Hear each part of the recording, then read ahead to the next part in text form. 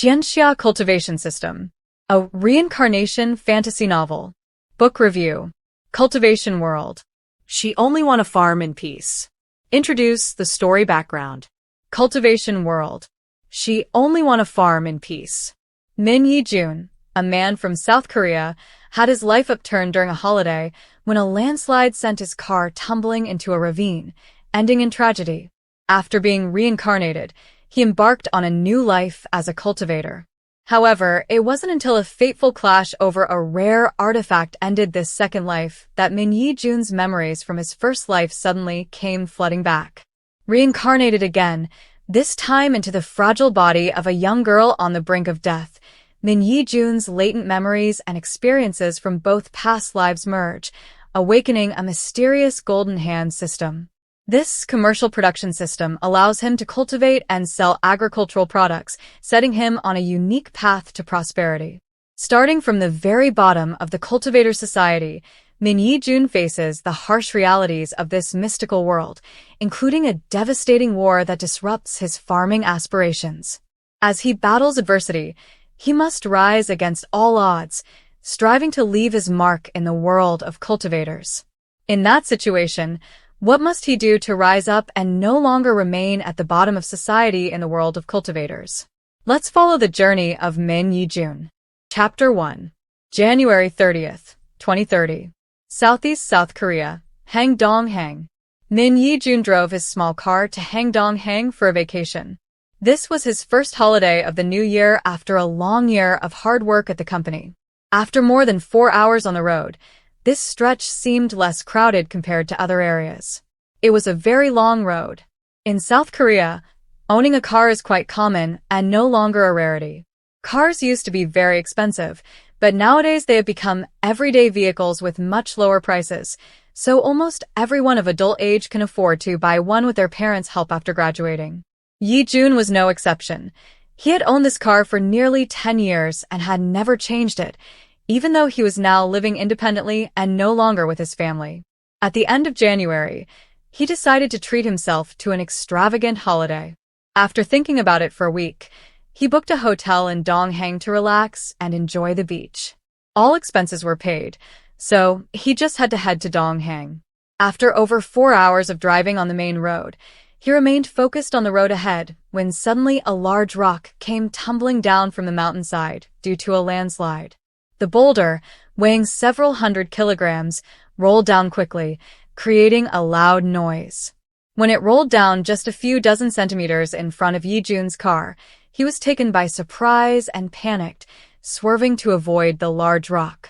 The boulder passed in front of his car, crashed into the guardrail, broke through the barrier, and fell straight into the sea.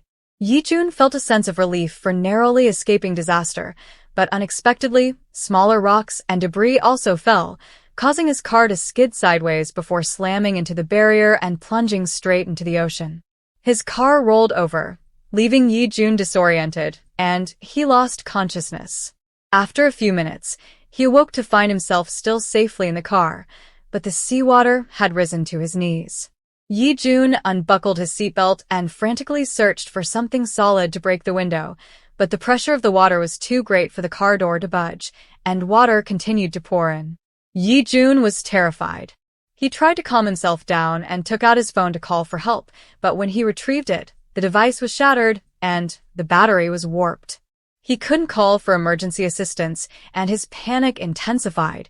He couldn't gather his thoughts. He shouted, "Damn it, what do I do now?" Despite his efforts to suppress his fear, thoughts raced through his mind. The seawater continued to flood in, rising gradually until it reached his chest. As the water reached his chest, he felt the pressure pressing against his body, making him uncomfortable.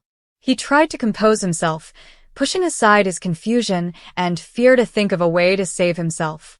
The water kept pouring in, and he couldn't find any useful tools to break the window. When the seawater surged to his earlobes, his panic escalated.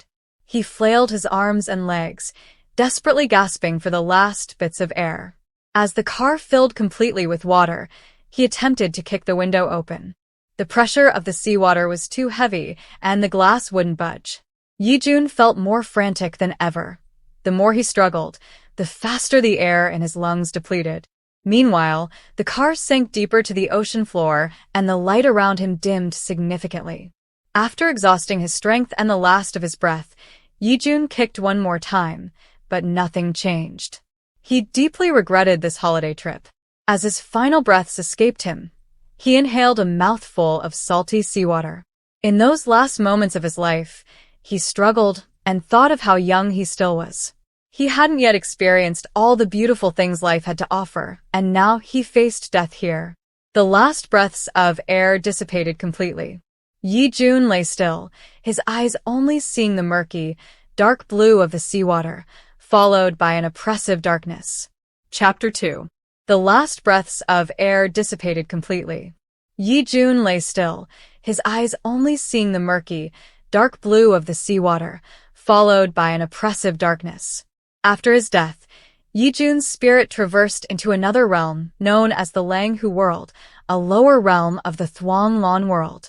This was a world of immortal cultivators, where individuals were born with a spiritual root, enabling them to cultivate and become cultivators themselves, potentially attaining immortality and eternal life. The Reivew realm was divided into 5 regions, including the central continent and 4 other continents to the east, west, south, and north. Each region was dominated by the strongest force in that area. Among them, the western region was notorious for its practitioners of dark and forbidden arts. It could be said that this was the sacred ground of demonic sects, where crimes were continuously committed, and the infamy of this demonic holy land was so widespread that it drew attention from the other regions. The other 4 continents were aware of the existence and brutal crimes of the western region, yet the inhabitants of these continents did not engage in any righteous actions to eliminate the demonic influence. It seemed as if they had neglected it, allowing it to develop unchecked. The 4 regions of east, west, south, and north were separated by a vast sea, with the central continent at the center. The righteous cultivators did not unite to eradicate this western region, which allowed it to become a thriving hub for dark practitioners over the centuries, gradually transforming into the sacred ground of demonic sections. The other 4 regions appeared to have turned a blind eye, distancing themselves from this area and ignoring its existence. Read the next chapters. Buy the ebook on Amazon with the search code B0DLR88GY1.